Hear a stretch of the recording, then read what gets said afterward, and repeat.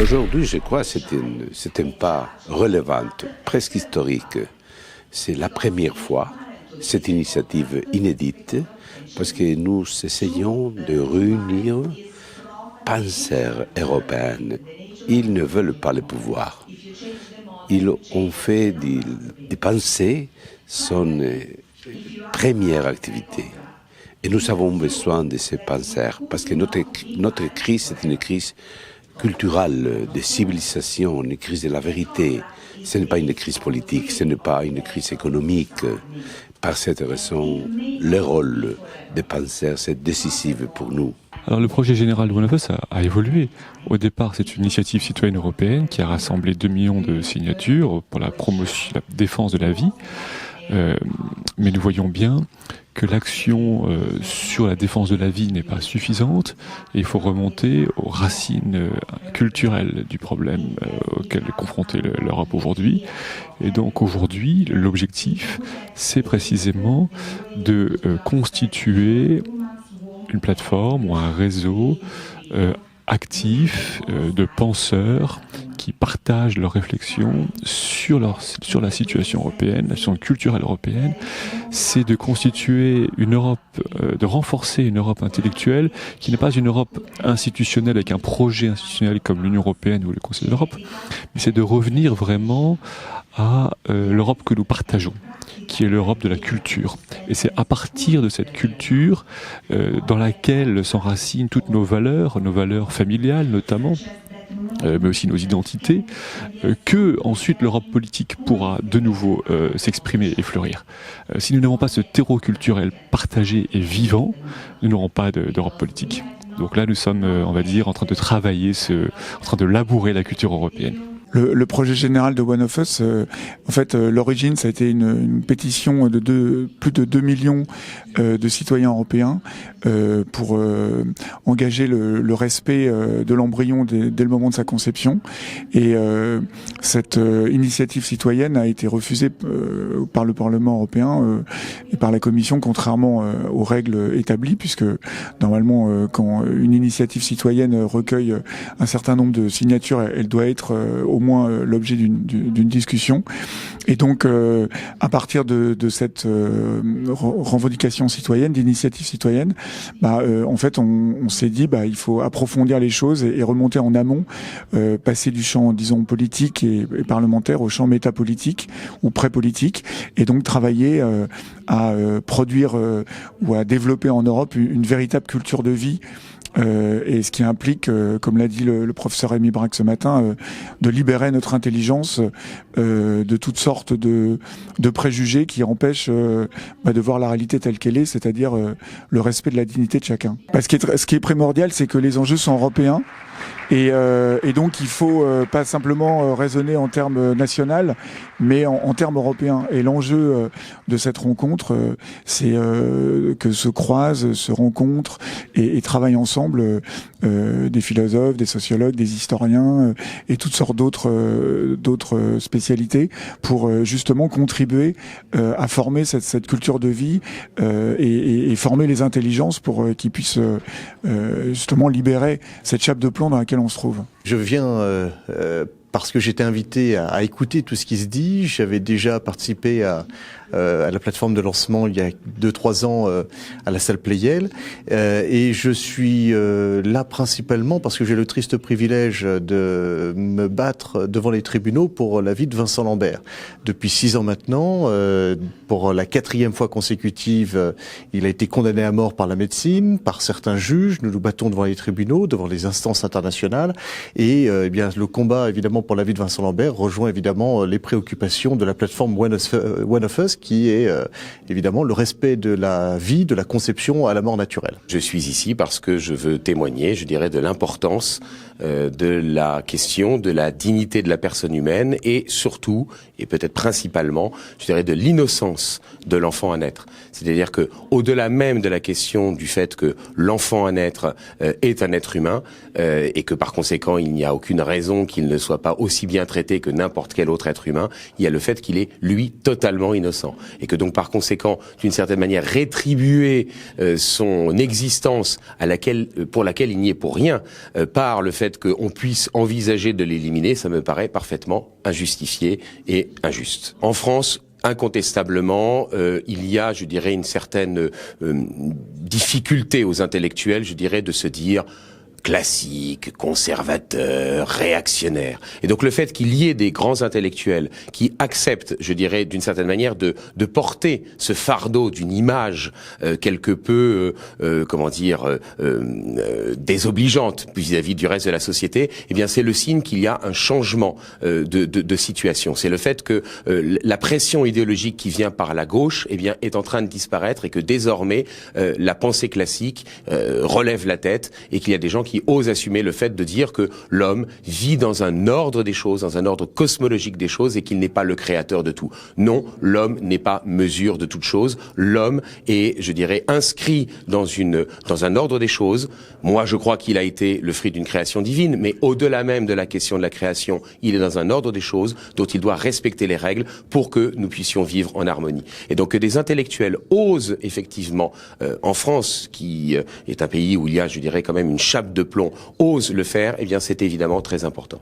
Historiquement, la Fondation Le Jeune a été très impliquée dans l'initiative citoyenne européenne il y a quelques années, qui était l'utilisation de cette voie de recours prévue par les institutions européennes et qui a été le moment où nous avons dit à la Commission européenne vous n'avez pas la compétence pour intervenir sur des programmes qui favorisent l'avortement ou sur des financements de recherche sur l'embryon humain. Ce n'est pas une compétence des institutions européennes.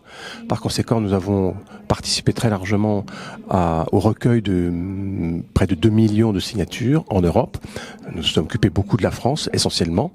Et puis, les autres pays européens ont collaboré aussi. Et on a eu cette énorme quantité de signatures qui a permis de déposer ce recours devant les institutions européennes. Donc, historiquement, nous sommes très liés au mouvement One of Us, puisque nous avons été partie prenante en France il y a quelques années. Je crois que ce qui est intéressant dans cette journée, c'est le fait de se rendre compte qu'il existe une Europe qui est vaste, qui n'est pas limitée aux vieux pays européens déclinistes et traumatisés par cette espèce de déclin de la civilisation, et qu'il existe des pays qui viennent de rentrer dans l'Europe il y a quelques années après avoir vécu des dizaines d'années sous le communisme et qui n'ont aucune envie de rejoindre une Europe qui serait en voie de perdition parce qu'elle a perdu et ses repères et ses valeurs et sa motivation et son goût de vivre.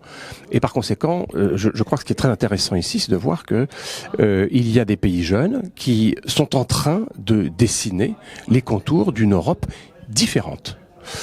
Et ici, nous sommes en train de parler pratiquement de deux langages différents, lorsque c'est la vieille Europe qui parle, et lorsque c'est l'Europe jeune, plutôt de l'Est, qui parle. On a l'impression d'être à deux époques différentes ou d'être dans deux continents différents. Et pourtant, nous sommes bien en Europe, et je pense que c'est cette Europe-là qui est plus jeune démographiquement, qui probablement a les clés de l'avenir de l'Europe.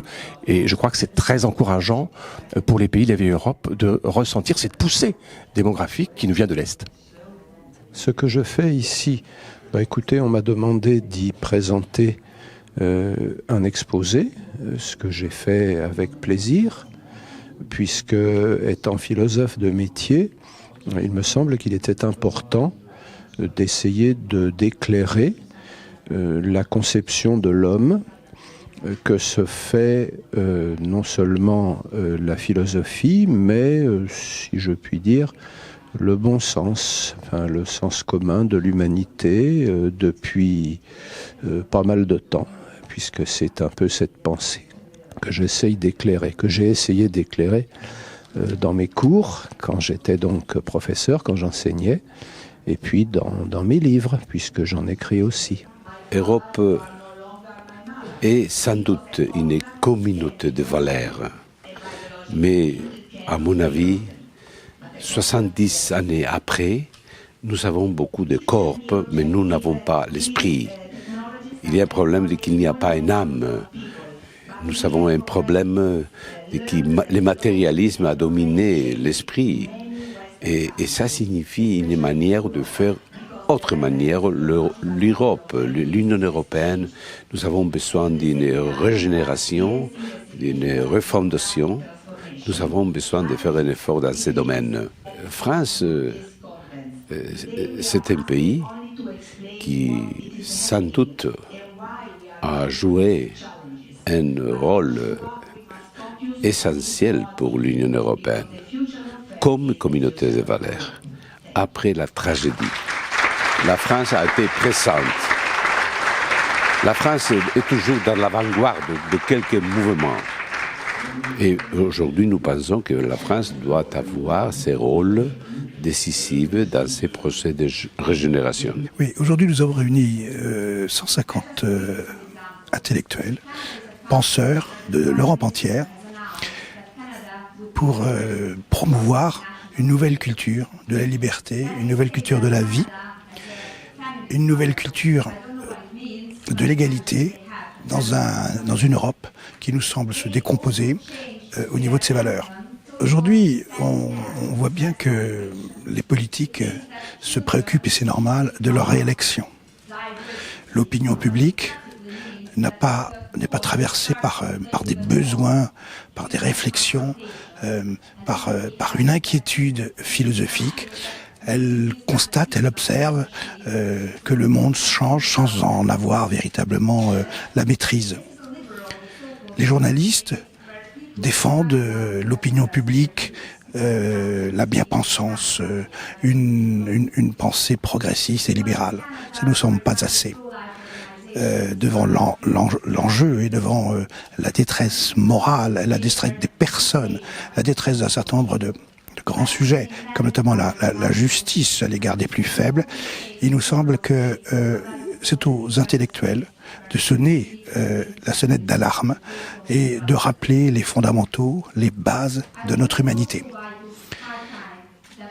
Et nous espérons que cette voix sera entendue par les hommes politiques, entendue par les journalistes, pour à nouveau, je dirais, réorganiser, réorienter notre société vers plus de justice et plus de liberté. Je pense que c'est une très bonne occasion parce que les intellectuels se réunissent et en fait on peut traiter des sujets qui sont de nos jours très importants parce que en fait on voit un relativisme partout dans le monde moderne, disons, et donc je pense que si nous les intellectuels se réunissent et on essaie d'échanger nos idées sur ces sujets-là, en fait ça va lancer un mouvement qui peut être un mouvement très important. En fait, pour nous, en Hongrie, pour le gouvernement hongrois, je dirais que nous sommes dans une situation assez favorable parce que nous sommes déjà dans une situation gouvernementale, une position gouvernementale depuis 9 ans déjà. Donc ça veut dire qu'on a la responsabilité,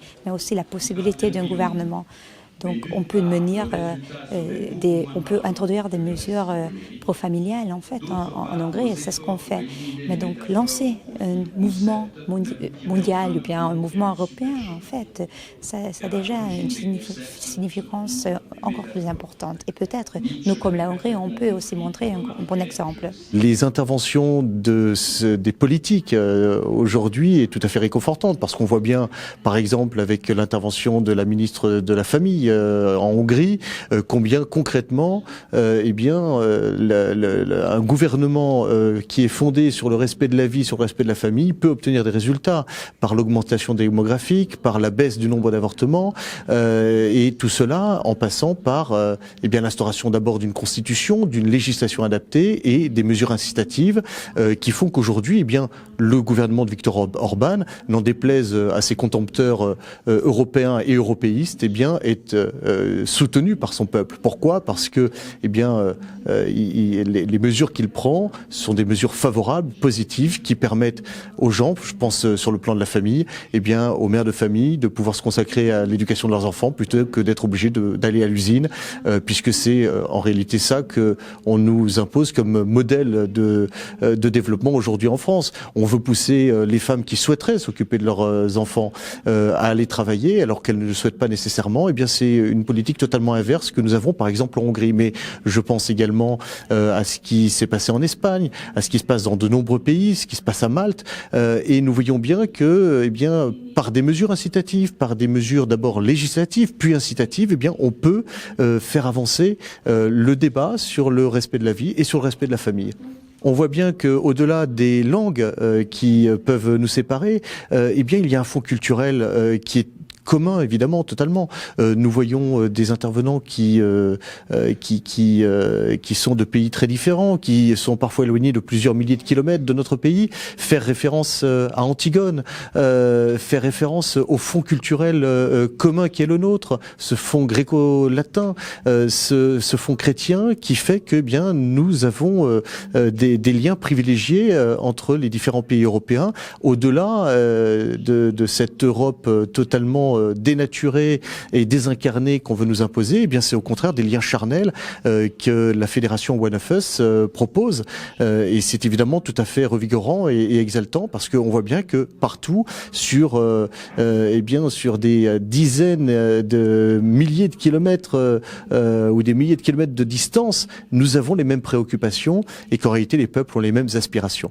Je crois qu'il y a deux choses. Un, le fait que des personnes de nationalités différentes, de langues différentes se mettent d'accord sur un texte commun qui porte, je dirais, des valeurs universelles, des valeurs, des principes qui sont compréhensibles par l'ensemble des hommes. Et puis deux, le fait, plus particulièrement pour moi, de dire que ces valeurs, elles doivent être incarnées. C'est-à-dire que il ne s'agit pas simplement de se battre pour des idées abstraites, il faut rendre le bien commun palpable, le rendre, concrétisable, le rendre compréhensible à nos contemporains. Et donc, par conséquent, le fait de se battre pour des principes, c'est aussi et avant tout le fait, je dirais, de participer à des actions qui permettent, par exemple, à des femmes enceintes qui ne pourraient matériellement pas aller jusqu'à la fin de leur grossesse, eh bien, le fait de leur offrir la possibilité de le faire alors que la société les abandonne. Donc, c'est à la fois un combat d'ordre idéologique et un combat d'ordre, je dirais, pratique, c'est-à-dire rendre le bien commun palpable et concrétisable. C'est vrai que l'équipe dirigeante de One of Us est constituée de toutes sortes d'Européens. La France, parce que, et Paris particulièrement, parce que Paris a une sorte de leadership intellectuel traditionnel dans le monde et en Europe. Malheureusement, beaucoup de philosophes français ont contribué à dénaturer l'intelligence et à pervertir beaucoup de gens.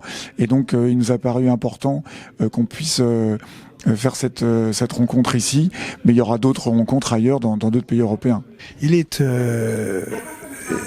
important de comprendre que nous avons 2000 ans de culture européenne commune.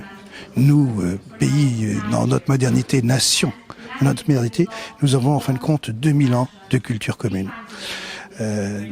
En 2000 ans, les échanges d'idées, les échanges de pensées, les échanges également de regards sur l'homme, la philosophie européenne, elle s'est façonnée, je dirais, ensemble, avec la participation de chacun. Pouvoir reconstruire une unité de pensée, c'est également pouvoir reconstruire une force d'action. Et c'est en ça que nous croyons. Et c'est pour ça que nous invitons tous les intellectuels à venir réfléchir ensemble et unir leurs pensées pour redonner, je dirais, un élan à l'intelligence européenne, une fois de plus, en vue de bâtir une société plus juste et une société plus libre qu'elle ne l'est aujourd'hui, sous la domination de la bien-pensance. Comme nous sommes des Européens, c'est en Europe que nous avons à agir. Nous n'avons pas à nous mêler des problèmes qui affectent, qui concernent des régions extérieures. Mais il est de fait que, comme c'est l'Europe qui, à partir du XVe siècle, a découvert le reste du monde, c'est elle qui l'a étudiée. C'est elle qui l'a colonisée, pour le meilleur comme pour le pire. Les Européens ont une responsabilité particulière envers le reste du monde. Ils se sentent, disons, en devoir d'aider le reste du monde à voir plus clair sur ce qui a été fait, sur ce qui reste à faire. Donc, européen n'est pas du tout une limitation, ça n'est pas du tout une tentative de reprendre le contrôle intellectuel.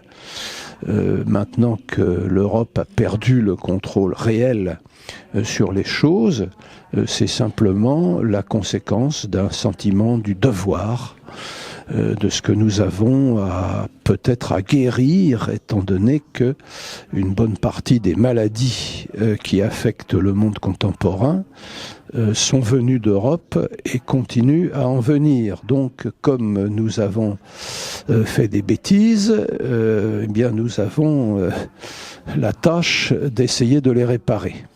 C'est le fruit d'un long travail. Hein. Ça a commencé en Hongrie, à Budapest, ça a continué en Espagne, à Valence, et j'ai eu la chance de participer, je dirais, au congrès, je dirais, de One of Us, et en Hongrie et en Espagne. Et le fait que, eh bien, ça soit en France, c'est parce que tout simplement, c'est pour concrétiser l'aspect, je dirais, multinational de cette initiative, et le fait que, eh bien, au bout d'un certain temps, par un travail acharné, eh bien, un texte qui a pu réunir, je dirais, des personnes aux langues différentes, ce texte-là a pu aboutir. Et le fait, d'une certaine manière, que la France porte une responsabilité par la Révolution française, je dirais, dans la naissance de la modernité, le fait que ça soit en France, au Palais du Luxembourg, qu'il y ait ce lancement d'une reconquête culturelle pour la défense d'une pensée classique et pour la défense de la vie innocente, eh bien finalement, ça n'est pas plus mal que ça.